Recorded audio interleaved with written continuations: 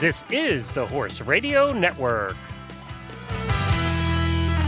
This is episode 349 of the Dressage Radio Show on the Horse Radio Network, brought to you by Total Saddle Fit, 2K Gray, Kentucky Performance Products, and Bed in a Box. On today's show, we have Mary Cameron on to talk about what's new in dressage fashion, and she'll stick around to give us a Total Saddle Fit trainer tip of the week. Also, we were able to get Patricia Pitt, also known as the Dressage Tipster and author of the Crystal System.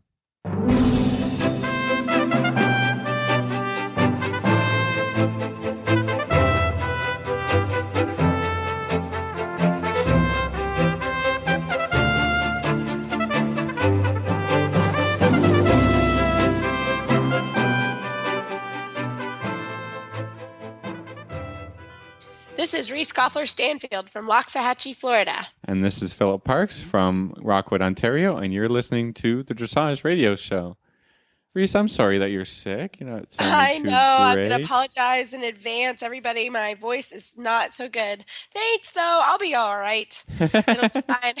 I think maybe a little too much work and a little too much partying has caught up to me. I'm getting old. Yeah, it's time to take a rest.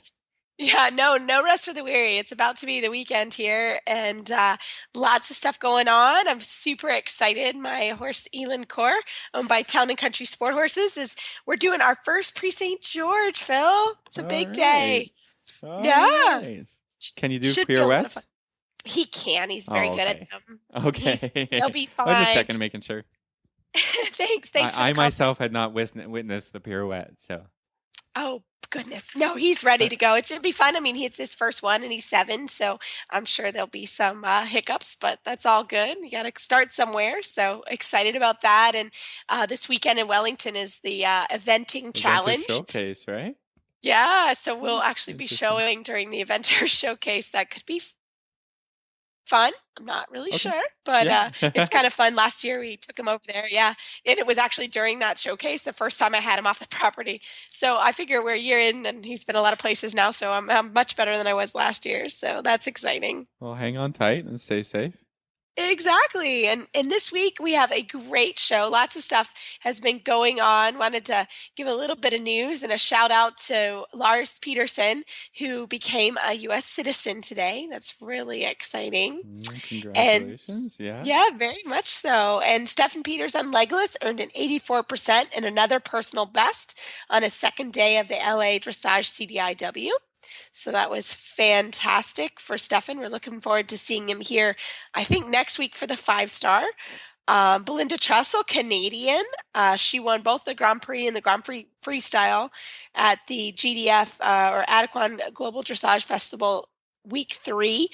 She was actually quite nice to watch. If anybody gets a chance to YouTube that, it was lovely freestyle. Congratulations, Belinda. Yeah. That horse is just on his way up, right? We saw him at the Pan Ams, and I think he's putting in some personal best scores. And what can I say? Go Canada, right? Go Canada. I'm saying go Canada. It was that good. It was fun to watch. It was really fun to watch. And Toonie Page on her young horse Woodstock, they won the Grand Prix Special last week. So lots of stuff going on. This week is, a national show. It's a quieter show this week, and then on to the 5-star next week. So Next week, lots a 3-star of and a stuff going on. 5-star, even more Grand Prix.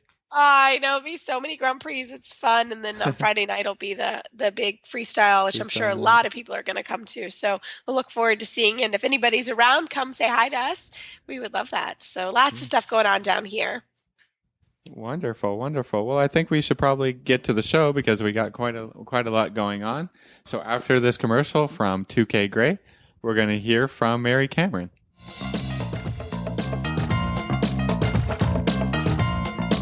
2K Gray's mission is to honor a woman's adventurous spirit by creating apparel that offers comfort while riding, plus style when you're not.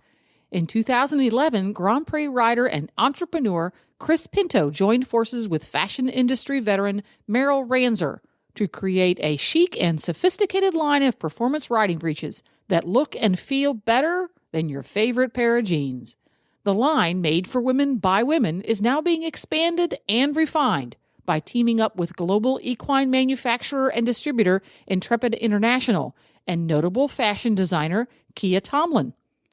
2K Gray offers serious riding clothes that are sturdy in the saddle, yet slimming, stunning, and sophisticated everywhere else.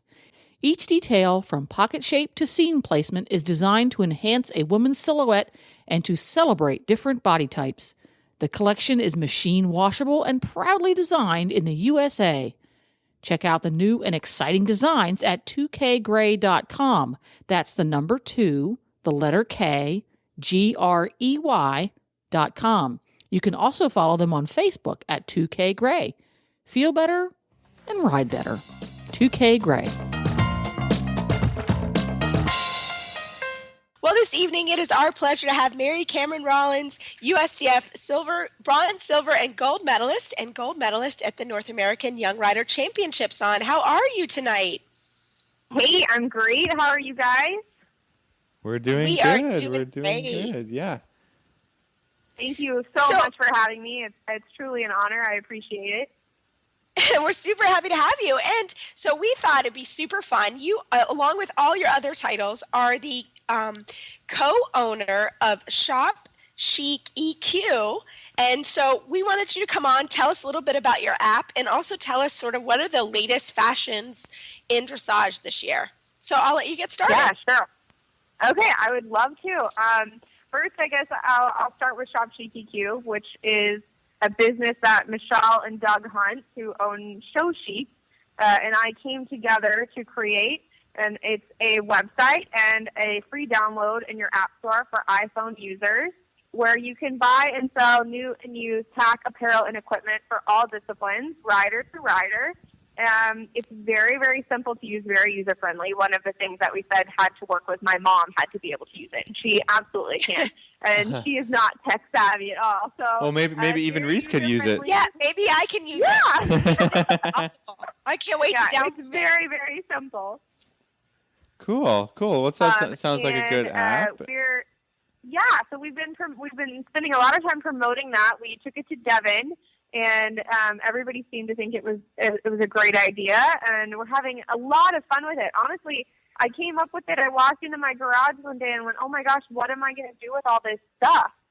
And I came up with the idea that why isn't there an app for this? This is so silly. People should be able to sell their stuff all over the country, but be able to keep it in their own hands until it's sold. So you don't have to worry about is it sitting in a consignment shop under 10 other pairs of breeches or shoved to the back of 5 pairs of tall boots. Everyone can see it online. So it works a little bit like Facebook. There's a feed. And you can also communicate through the seller, just like you would through Facebook. You can comment on the different items that are for sale. And it's been really, really fun. So I'm excited. I hope that it keeps growing, and I look forward to working with everybody that's using it. It's been a blast. It's been a great networking tool, too. I've met so many people because of it. Awesome. So how do we get the app? How is that possible? Okay, so for the non-techies like me? It's so easy. So you go. Are you an iPhone user? I'm an Android. You're an Android. Okay, so if you're an Android user, we don't have the Android app yet. That is coming in the near future. It is the next goal of ours is to come forward with an Android app. But as an Android user, you can simply go in your internet on your phone and go to www.shopchiceq.com. And it will pull right up on your internet, and you can use it that way very, very easily. If you are an iPhone user, you can go into your app store, and you can you can search Shop Chic EQ, and it will pop right up, and it's a free download, and you download it, and you can press a button and sign in through your Facebook if you're a Facebook user. If not, you create a username and a password, and you create a profile. Once you do that, then you're ready to start buying and selling. Oh, I think it sounds like fun. I can't wait. I can even do it. I'm excited. So tell us. And if you don't have a smartphone, it's very easy. You can go just on your computer and pull up the website on your computer and use it that way. Love it. I think that sounds like fun. I'm going to go look because I have a lot of extra equipment. I'm not going to lie. There you go. I love it. If you're local in Wellington, for those people that are listening that are local in Wellington, I am absolutely happy to come help them set it up and get their first item on there, and then help them list as many as I can, so that we can sort of get the ball rolling and teach people how to use it to its full potential. I love it. That sounds great. Well, kind of shifting gears a little bit, you are such a fashion, you know everything that's going on. Can you kind of tell us what's sort of new for this year? What's new as you see the season in Florida? Yeah, what's new this year? Yeah, I would love to do that. So I'm really, really fortunate that I've had Michelle in my corner, Michelle Hunt, since I was a young rider, and she's really helped me kind of promote myself and kind of find my niche in the sport, which has just been an amazing gift. And in 2012, I went to Brentina Cup for the under 25 Grand Prix, and I wore, basically it was a science experiment. I wore a light gray shad with pink pinstripes, pink points, and a pink collar. And we weren't even really, I guess, 100% sure that it was legal, but nobody had done it before. I was the first person to wear a jacket at a national championship that was not navy or black. So I got a lot of PR from that. And all of a sudden it kind of was, I kind of was like, wow, you know, this is really cool. Nobody's really explored this avenue before. Maybe I should really get into this, because I love fashion. And in fact, because of that, I went ahead and I got a fashion degree from the RNC in Pittsburgh. So I've been really fortunate to kind of have the opportunity with Michelle to dive into it. So she's given me the chance. I've gone to market with her to pick out the clothes for each season the last couple of years. And it's just been such a treat. I get to see everything that's coming out, you know, every season before anybody else does, and we get to go through and pick out the different items that we want to have in the store. So that's been great. So I have to say, this season, you know, of course, bling is still around. Bling is very popular. We're now seeing different ways that people are using the bling instead of just straight crystals. You're seeing a lot of like kind of shimmery fabrics. You're seeing crystals in different places that aren't so in your face, which I think is great because it still brings the femininity forward, but it's not so blinding to the judges. Give me an example. Give me an example of this. I'm sort of curious now. Usually not my not my subject. No, but everybody knows Philip does not like bling. I mean, let's face it, I'm a ladies. complete traditionalist. That's totally fine. I respect that, and that's one of the reasons why I think this is great, that people are finding fabrics that are maybe a little bit shiny, but not so, there's not so much bling going on. And I actually have a tailcoat, which is my latest tailcoat, and I had crystals put down the middle of the tail. And so it gives you, a little something, something, but it's not so much bling down the front, you know, on the helmet, on the gloves, on the collar, on the points, on the buttons, on the boots, on the spurs, you know, and then on the brow bit. That's a lot of going bling. everywhere. That's a lot of bling. A little bit, a lot of bling. It can be a little bit distracting for the judges too. So, you know, I had a little bit of bling on my jacket put down the back of my tails, and it was really cool because nobody had done it before, and I got a lot of compliments. And I felt like, you know, it kept it feminine, it kept it fresh and fun, but it wasn't overwhelming. And I think people are definitely steering more towards that. They're trying to find more sophisticated ways to use the bling. So that way, again, we're seeing people, they're putting bling maybe on the points and the collar, but instead they're finding, you know, old antique buttons to use that don't have bling, but kind of match, you know, and so it makes it more custom to you. And I think that's the way to go. We really have the opportunity right now in dressage where it's changing so much with the way that we can have a little bit of fun with fashion, and I think you have to make it your own. You can't just walk in the store and say, "Okay, I want crystals on everything," you know, because Please don't. It seems like that's what's going on. Philip would have a heart attack. Yeah. So what's going on in the everyday fashion, you know, as far as, you know, breeches and boots and things? Is there anything new? We're seeing a lot of red actually. That was Canada. kind of Canada. I know. I guess, a lot of red this season, and kind of a little bit of, you know, in the fall we had a little bit of Bordeaux, and then spring it kind of turned into bright red. And it's a very interesting trend. And I wasn't quite on board when it came out, but the more I see it on people, it really looks quite nice. And against black boots and black gloves and a black belt, it looks quite kind of formal looking. It really dramatic pulls the look anyways. together. Yeah, it is. It is. You It's better be dramatic. good if It's you're wearing red eye-catching. pants. You better be good if you're wearing red pants. Exactly. That's all I got to say. You better be fitting well. That's exactly right. Yeah, That's don't be exactly bouncing around, right. man. Yeah, so a lot of red, and then the newest kind of trend over the last couple of years, but that I've seen become very popular over the last year is, of course, the sunscreen shirts. That keep you. Yeah. That's become very popular, and every year we're seeing colors that are brighter and more fun. And Castell has done some beautiful embroidery on some of their shirts.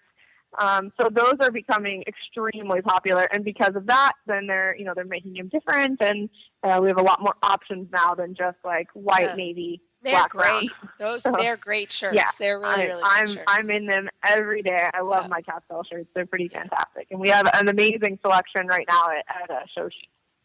Cool. Well, Mary Cameron, thank you so much for coming on. How do our listeners find you online and find more information out about your app? Absolutely, my pleasure. Shop Chic EQ has their own Facebook page as well as their own Instagram page.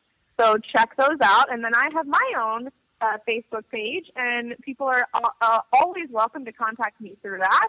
And also, if you go to Shop Chic EQ, there is a contact form if you ever need to get in touch with us that way.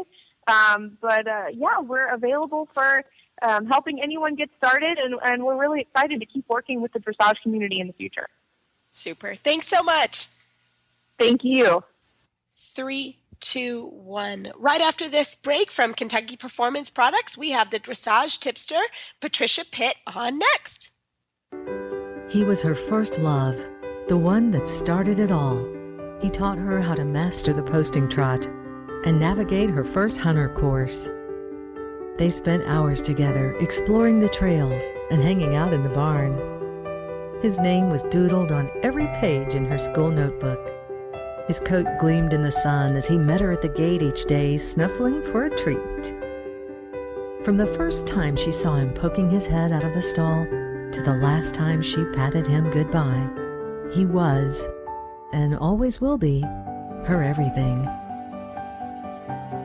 This love story is brought to you by Nalox Advanced, providing complete support for a healthy digestive tract, which reduces the risk of colic and digestive upset. The horse that matters to you matters to Kentucky Performance Products. Call 859-873-2974 or visit kppusa.com to order today. Well, tonight on the show, it's my pleasure to have Patricia Pitt, all the way from Birmingham, England. She is the author of a book called The Crystal System. She has a website, www.lightcrystal.com, and I think a lot of people have seen her stuff on Facebook from the Dressage Tipster. Welcome, Patricia. How are you? I'm very well, thank you. Thanks for inviting me to come along this evening. Oh, you're welcome. I think a lot of people have been using your tips, and they've been going around Facebook like crazy. So we were like, we have to have this person on our show. And it turns out you're also the author of a really cool sort of dressage guidance book called The Crystal System. So why don't you tell us how you got into blogging and writing and really giving out these tips? Okay. Well, I'm an amateur rider, and I have spent a lot of years very, very interested in dressage, but never really got anywhere or achieved very much. And I got mega frustrated with that. I got really to the point really where I just wanted to give up because the frustrations were overriding everything, and I wasn't enjoying it anymore. As it transpired, I got a couple of friends that I was talking to about this, and they were feeling pretty much the same. And what we sort of discovered was that we probably hadn't been taught very well. And as a result of that, I write in my book about, the thing about doing something 10,000 times and in order to practice it perfectly. But I'd been doing my stuff 10,000 times, and I'd been doing it wrong, and therefore not really getting anywhere. And so I had this epiphany where I said, I've either got to get this sorted, or I'm just going to start knitting or something. So I went into this whole research thing, and I read everything that I could possibly read about dressage. I spoke to lots of people, and I was just really trying to find what would work for me. I know that lots of people have lots of success with lots of different trainers and instructors, but I just couldn't find that thing that I thought, this is going to work for me. My partner, Mark Bentley, is a natural rider. He's got natural balance. He is a very skilled rider. He rides to Grand Prix level. And although he used to help me, he couldn't really understand the difficulties that I was having because he doesn't have those difficulties. So as I was researching and talking to people and getting out and investigating what I needed to do, I discovered there were a fair few other people that were having similar problems. So I set up the Dressage Tipster because as I was learning what I was learning, I was discovering various things, and each of them were individual little tips. So I just put them out on the Dressage Tipster Facebook page, and I got quite a good reaction from that. So I carried on doing that and sharing with people, and getting quite a lot of good feedback about that, and feeling really good actually about connecting with people that were feeling the same as me, because bearing in mind that I've got this partner who's really good, that didn't make me feel particularly good about myself and my inability to be able to ride skillfully. So once I'd got a number of people that I was connected with, my friends would say to me, "Well, why don't you start a blog and we can, write about it and get people involved?" And so I set up the Crystal blog, and I'd got this huge body of work after a period of time where I'd been writing about things that I'd discovered,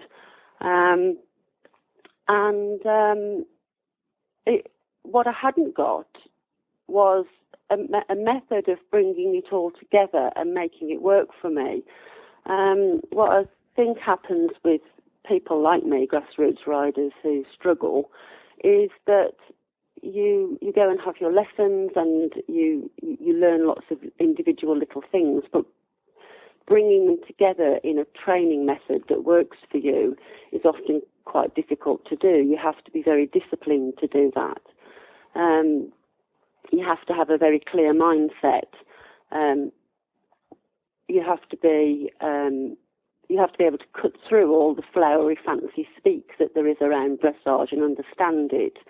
And through my research, this is what I'd actually done, because in my day job, I'm a director for an electrical testing company.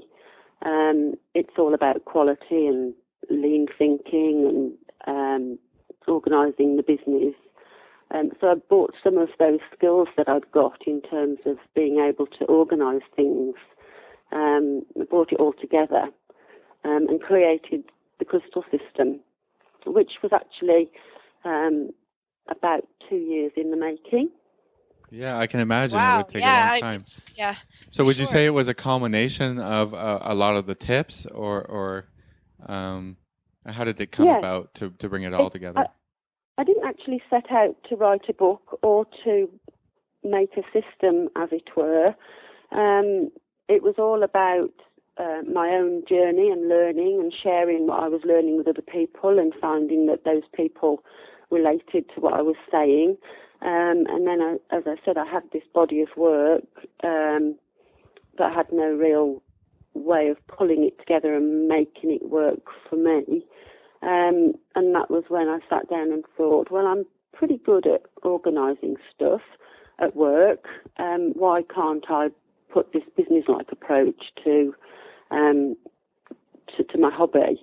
And so I sat down and thought about goal setting and analysing myself from head to toe, which is what's all in the book, and just started pulling it all together. When I actually decided that I was going to pull a book together, a lot of it was already on the blog, so I just pulled that information and then made it into a system that I have found works for me, and as it happens, works for quite a few other people as well. Yeah, no, it's fantastic, and there's a lot of talk about kind of mental fitness, and so can you talk to us a little bit about that and how that, being an amateur rider, how that kind of affects your riding? And yeah, I think one of the things that is lacking in the amateur rider is the professional's approach. So I think that with the amateur rider, they don't appreciate that they need the same sort of deal that a professional rider has, which is a whole team of people to help you do what you want to do. Through the process from the beginning, I would never have said I need a handful of people. At the end of this process, I'll have a physio, I'll have a masseur, I'll have a trainer, I'll have a accountability buddy. My horse will have his physio, the vet, the dentist. My horse has all those things. I didn't think I needed those people, but I do, because what I discovered was that I'd got a whole host of problems with my body associated with a broken collarbone injury that I've had 17 years ago. And a fall that I'd had where I'd landed on my bottom and pushed my pelvis out. So I ended up having chiropractic treatment on that. And that was directly as a result of me saying, why can't I do this? Why won't my horse go straight? Well, that's because I'm sitting crooked. Why am I sitting crooked? Well, because my spine is out of alignment. So get yourself to the chiropractor. So now I have regular sessions with the chiropractor. I also have a regular massage, because if I don't, my horse tells me that she struggles to go left properly. Mm-hmm. And I think everybody has a little bit these issues, and that's what I liked about the Crystal system and the book and the tips is it's not really a dressage book. It's about how to approach the sport and how to how you need a support system and a mental way to approach things and different ways to make sure that you're getting the most out of your lessons and the most out of your horse, and like you said, and to deal with everybody's unique positives and negatives and really so that you can come to the sport not as a limber fit teenager who's ready to jump on and attack things, but like everyone is not that person, especially especially in dressage. I think it gives you a way to attack your goals rather than just getting yelled at for an hour during a lesson. Yeah, and I think I don't think I answered Reese's question about the mindset, because I sort of went on to the physical side of things, but actually the mindset is really important, because I'd got myself to the stage where it was I'm either going to sort this out or I'm going to sell my horse. I wanted it to be, it had become a very negative thing for me, so I wanted it to become a very positive thing. So I was looking for a really positive way to get myself motivated. And what I discovered was that dressage is really, really, really difficult. And you've got to embrace that. You've got to love doing that. You've got to, I think, enjoy the critique. So it's not everything is really good every time you go into the arena, because that's not the way that dressage is. It's actually about almost nitpicking the things that are going wrong so that you can work on those to improve. And you've got to embrace that and enjoy it, because if you don't, every time you get off your horse, you're just going to think, oh God, I'm just so and just be negative about it. Be frustrated. For sure. Yeah, I mean, how many people go around and basically pay to be judged and criticized, to go to a show and be getting negative feedback or feedback that you have to have a good ego about it and a positive way of looking at it for sure. Yeah. And at the end of the book, I talk about dealing with a crisis and apologise for calling, the fact that my horse won't bend a crisis, because clearly you have to put these things not really a crisis. Yeah, it's not really a crisis. It's okay. In perspective. It's not a crisis as such. It is as far as your riding is concerned, but so I put some strategies in there for people to pick themselves up when things aren't going according to plan, because not only have you got the constant critique of yourself and the striving for perfection, which is, never going to happen, but also you've got things that go wrong that you have to deal with. So, it's about embracing that never-ending journey of discovery and knowing that it is a lifetime of learning, and unless you're Carl, Hester and Charlotte Desjardins, you're never going to get to the point. Well, I think one of my favorite sayings, Patricia, is that it takes 2 lifetimes to learn how to ride well. So, I mean, most of us are just on the first one. We don't have that, do we? No. So can you? Sorry, Reese. Go ahead, Phil. Go ahead. No, I was going to see, Patricia, can you share some of those strategies with our listeners, or a sneak peek into the book? And what are some strategies that if things aren't going well, what would you suggest that some people do? When things aren't going so well. So I go through a whole section in the book about reframing your thinking. And there's just bear with me, there are 9 points really there. The first one is that just because you're struggling doesn't mean that you're failing. You may lose your way a little bit, but that doesn't mean that you're never going to get there.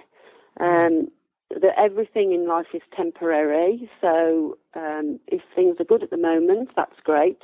Have some fun with that, because that is going to end, because everything is temporary. And therefore, if things are going wrong, you can take some positive from that, because again, that's going to end. It's also temporary, yeah. That's also temporary. That worrying and complaining changes nothing. I spent a whole bunch of time bemoaning my fate about not being able to ride well, having aspirations to be a skillful rider, and the people around me, God bless them, they put up with me for some time until eventually I said, I'm going to do something about it. So, complaining doesn't change anything. If complaining about today just makes tomorrow worse. I think that's a fairly well-known saying. Yeah, those are good tips. So thank you for coming on the show tonight. Can you let our listeners know how to find your stuff online? Yes, absolutely. So the Dressage Tipster is the Facebook page. The blog is at www.likecrystal.com, and the book can be purchased through the website or on Amazon, although I'm not sure it's available in the US yet.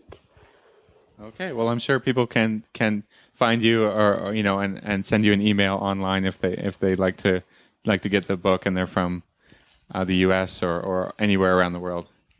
Yeah, anyone that subscribes to the blog, what tends to happen is that they get an email that says it'd be really great if you just told me what you're struggling with, and then I will always respond personally to those emails. Oh, that's great. Oh, that's cool. Yeah, that's awesome. Very cool. Personal connection. It's normally something that I've already spoken to someone about or written a blog about. So anyone that subscribes will get a personal email from me to say, well, have a look at this blog, or in actual fact, it's a really good way for me to find out the problems that people are experiencing. Sure. And if if there's something I haven't come across before, then I'll say, oh, that's brilliant, I'll write a blog about that. Awesome. Well, thank you again so much for joining us from so far away. It's great. Well, that was super fun hearing from Patricia Pitt. I hope everybody looks up her book and her Dressage Tipster on Facebook. It's quite fun to follow her. And right after this tip from Bed in the Box, we're going to come back with the Total Saddle Fit Tip of the Week. Welcome to bedinabox.com, where you'll find the most comfortable, pressure-relieving memory foam mattress at only 1/3 the cost of the leading brands. We have created an exclusive memory foam that sleeps cooler, rebounds quicker, and cradles your body in pain-relieving comfort better than other types of memory foams. Introducing our new memory foam technology. By swirl-infusing gel into our advanced memory foam, we have created an even cooler, more comfortable sleeping surface. Best of all, it's made right here in the USA. He had been dealing with back pain and chiropractor visits for a while, so we decided it was probably time to find a new mattress. So we started doing some research on memory foam mattresses and found bedinabox.com. We were on a trip with some friends, and they actually had a bed-in-a-box mattress in their camper. And on their recommendation, we decided to get one for ourselves. They got it to us in no time. We had no problem adjusting, and we were thrilled with the comfort. In fact, my husband doesn't have to get up early anymore due to back pain. He can lie in bed for as long as he likes without any discomfort. We recommend Bed in a Box to anyone who has back problems or just needs a good night's rest. We believe we have created the world's best memory foam mattress. Using independent, accredited labs, we have tested our mattresses against the industry leaders to ensure comfort and durability. Test results show our mattresses relieve pressure better than the more expensive ones found in retail stores. Buying a mattress over the internet may seem risky. That's why we offer a 120-day zero-risk return policy. You get a full 100% refund if you're not satisfied. No hidden fees and no return shipping charges, and we back them with a 20-year warranty. Sound too good to be true? Don't take our word for it. Read what real customers are writing about us on Facebook, Twitter, Viewpoints.com, and other third-party review sites. We are dedicated to quality and service. We offer fast, free shipping to the contiguous U.S. Your mattress will arrive conveniently packaged and will be ready to sleep on within minutes. With the benefits of the leading brand mattresses, but at 1/3 the cost, why wait? Start getting the best sleep of your life. Call, chat, or email one of our friendly customer care agents to learn why 99% of our customers sleep better and toss and turn less on their new Bed in a Box mattress. Well, this afternoon we have Mary Cameron Rollins back, USDF bronze, silver, and gold medalist and North American Young Rider Championship individual gold medalist, back for our Total Saddle Fit Trainer Tip of the Week. Mary Cameron, welcome back. Thank you. I'm so excited to be back. I just love talking to you guys. Well, it's been a lot at of least fun somebody tonight. does, right? Yeah, exactly. We paid her to say that. No. Well, we're really excited. And one of our things we were chatting earlier is tell us, what would you say either your pet peeve or your trainer tip would be? And so get us started. Okay, well, I think that I've been, in a way, very fortunate to have kind of spooky and sensitive horses, which, has in a way made me successful because I've been able to find ways to deal with that and make that energy go in the right direction, if you know what I mean. And so I guess what I would really like to focus on as a pet peeve is helping someone who maybe has a horse like that that's having trouble finding certain exercises or the correct way to handle it. Absolutely. And it's a big, that's a big problem for a lot of people. So tell us, how would you go about this working with a fresh horse? So, okay, when I have a student that has a fresh horse and the horse comes out and they're spooking a little bit or they're running away from the rider a little bit, oftentimes I see that the rider wants to grab the horse, become stiff, and pull the horse back and make them either trot in a very small trot or walk in a very small trot. And generally what I see is the horse gets more and more upset because they feel already tense. And so when the rider becomes tense, it amplifies everything. And so my tip for my riders is of course to go forward, because that is the best answer in almost every situation to correct problems like that. But there are exercises that I use too to help my horses when they're fresh. And the first one would be lots of transitions. So if you can get your horse going forward and you can create a nice circle or whatever kind of circle you can create at that moment, start focusing on the basics. Go back to, the idea of the half halt, or maybe you have to go to a full halt. And then you're soft with your hands, and then you ask for the transition forward with your leg, of course, and your seat a little bit until the horse's back starts to relax. And then you can go to canter, and you can do the same thing, canter to trot, canter to walk, walk to canter. And if you have to, if the horse is running through your aids, then maybe you have to halt once in a while. And then the horse starts again to focus on what the rider is doing, because it becomes more interesting than what's going on around them. However, it does that without attacking the horse or making them feel like they're confined. So you're taking away the idea of claustrophobia, and you're giving them, no, please trot forward, canter forward, but then, I want you to walk here, or I want you to trot here. And so it gives them something to think about instead of all of the things going on around them. Yeah, I just wanted to, in this conversation, I just wanted to focus on something that you said about causing the horse's claustrophobia. I mean, you want to be able to slow them down and make half halts, but you also want to be able to release the contact. I think, for a horse that you're describing, they by holding them in the reins and trying to say, okay, stay slow, or stay and walk, or that you're just going to make problems worse, and you're going to make the tension way, way worse. I think the more that you can sort of relax yourself and allow the horse to move forward, maybe the tempo isn't the best tempo, maybe it's a little fast, right, but you have to find a way to create the right tempo while still bringing relaxation and swing into the gates. And so I think that's the most important thing to a tense, sort of a little bit spooky horse, is they have no swing. And so if the rider doesn't do something to induce that, you're not going to get anywhere. I mean, you can be on a horse like that for hours and have the same horse. Yeah, you're not going to, and it just makes them more and more upset, and more where they feel like you're not on their team, you're not on their side, because they're already upset, and then you're creating something else for them to be upset about, Right. Well, and I think there's a lot of times too, and it happened today here in the arena. We have a one team that's down here, and it's a little different scenario here at the barn. We're renting, and we're with other horses, so there are other horses in the arena. She's not the only one, and she was riding along, and her horse can get a little tense when a horse goes by. But I said to her today, don't be tense before it even happens. That doesn't work. Right. You've got to relax. I know. Just tell people where you're going, take a deep breath, and try not to create a problem when a problem doesn't happen.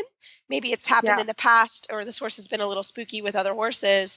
But, if he's not doing it, or you're trying to get him through it, the worst thing you can do is tense up and pull on the reins, because then it makes the horse even more stressed out. So that's one of the things. And then the horse starts to associate. Every time another horse goes by, they start to associate the rider getting tense. So then it becomes a snowball effect. Right. You just feed back into it. I think something that I heard, it was either yesterday or the day before, is that your horse is your best mirror, right? If you want to know what your riding is, just look how the horse goes. If the horse goes short and tense, maybe, that's a really good indication that the rider rides in a tense, sort of cramped way. So the horse is not going to undo your problems for you. You have to do that. You have to take responsibility, do that for yourself first, and then the horse will come along with you. But I really like that. No, I think that's really a good. That's a wonderful analogy on the horse is your mirror, and I think as humans, it's our and first reaction is to be tense, and that tension that's the horse's. That's fight or flight, right? So they're like, oh my God, there's something to be worried about, versus, relax, take a deep breath, put your driving aids on, go forward, come back, whatever you're doing, that's the time not to grab and hold, because that's the worst thing you can do. Yes, I would agree with you 100%. Mary, is there any specific exercises that you want to talk about with this, or do you have any ideas as far as that goes? Yeah, I mean, I think, first of all, I think the transitions, I think that's an excellent exercise, because it gives the horse, first of all, it gives the horse something very simple that they've done since they were 3 years old to go back and do, but it also gives them something that they have to focus on. So it takes the focus off whatever is scary. It gives the rider a chance to catch their breath in the walk if they're a little bit nervous with the horse. I would also say that, if you can get any kind of lateral work, shoulder ins, even if it's only leg yield, even if it's only a couple of strides, just to start to manipulate and open the back and the hips a little bit of the horse. I think that helps a lot. The more that you can do to cause relaxation in both the rider and the horse, the better. And I think that's, where it comes from. And again, going back to what Reese was saying about not grabbing, if the horse spooks, maybe if the horse picks up the canter, do a small circle in the canter, catch your breath, relax, come back to the trot, and go back to whatever you're doing like it didn't happen. So I guess that would be what I would tell my student if I had that problem. I just want to introduce one of my favorite exercises for this type of horse. I've ridden a lot of thoroughbreds, so I just have a lot of experience, and they're sort of my favorite horses too.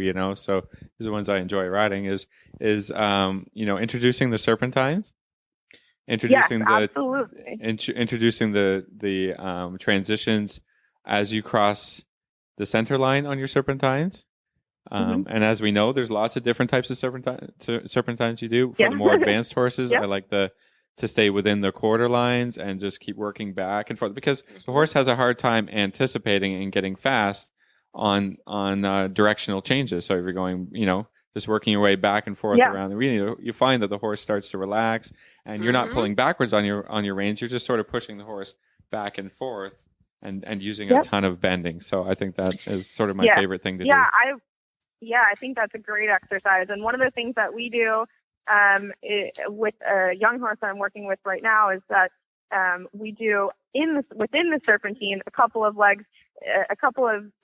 strides leg yield when you're switching direction. So the horse has to step away from the inside leg, create bending, give a little bit, and then they're already looking a little bit to the inside, so they're not so likely to spook at whatever's going on outside the ring. So I agree with that 100%. I didn't want to make it too complicated, but I always do a lot of leg yielding on the serpentines. The more leg yielding you do, then the horse has to relax to the leg instead of just running away from it, right? Sometimes if you're just doing transitions, it's all push forward, come back, push forward. But when you start to really work side to side, and especially when you get the horse really crossing over, they can't rush to the next step because they got their one hind leg in front of the other one, so they can't get fast, right? They can really slow a horse down if you get really good at leg yielding. But it's you don't want to be flying from one side to the other side. I was just gonna say, it keeps your loops. I mean, that's the one thing that I caution people when they ride serpentines or riding a figure to help with suppleness and elasticity, is to be careful that you're really watching the line that you're on. That the horse isn't diving to the inside of the serpentine. If it's going to be 10 meters, make it 10 meters or whatever the size, or make your geometry. Have a plan. Have a plan. So that you don't have a plan. Yeah, you don't want to be going all around, all getting crazy, running into people. Yeah, no. Or running out the ring. I mean, that's the other. That too. And I've had happen that many times. A lot of times when you have horses that are hot or spooky and they come out and they're fresh, I see a lot of people leave their leg off because they're afraid to touch the horse with the leg. And I feel like that's really the moment to kind of press your leg and say, no, you have to accept my leg. And I think the serpentines are so good for that, to have the horse accept without causing more tension. You know what I mean? Yeah, absolutely. No, absolutely. Well, Mary Cameron, thank you so much for coming on and doing our Total Saddle Fit Tip of the Week trainer tip. How can our listeners find you online? It was my pleasure, and I am on Facebook, Mary Cameron Rollins, and I'm also on Instagram, so you can find me there. Great. Thanks so much. Thank you.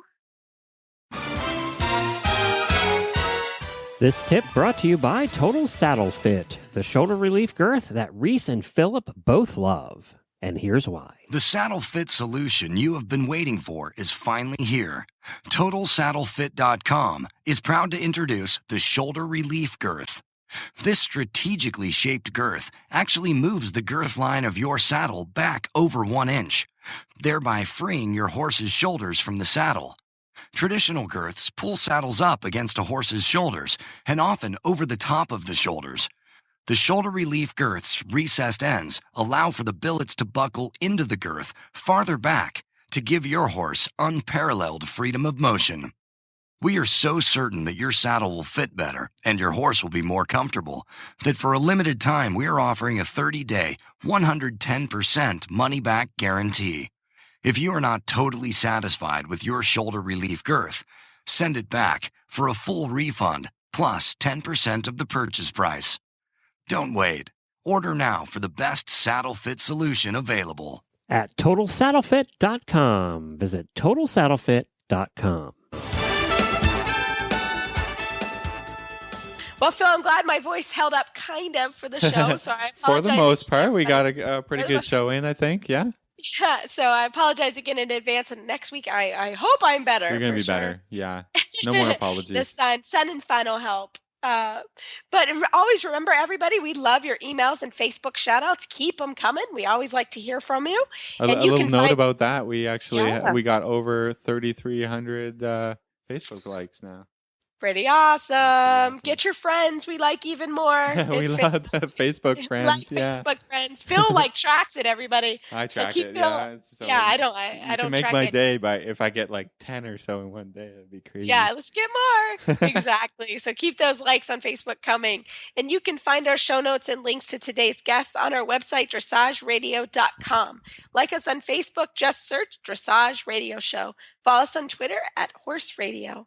My website is maplecrestfarmky.com, and my email is reese@horseradionetwork.com. You can find me at philipparksequestrian.com, and my email is philip@horseradionetwork.com. I'd like to thank our sponsors for allowing us to put on a show, and don't forget to check out all the other shows on Horse Radio Network at horseradionetwork.com.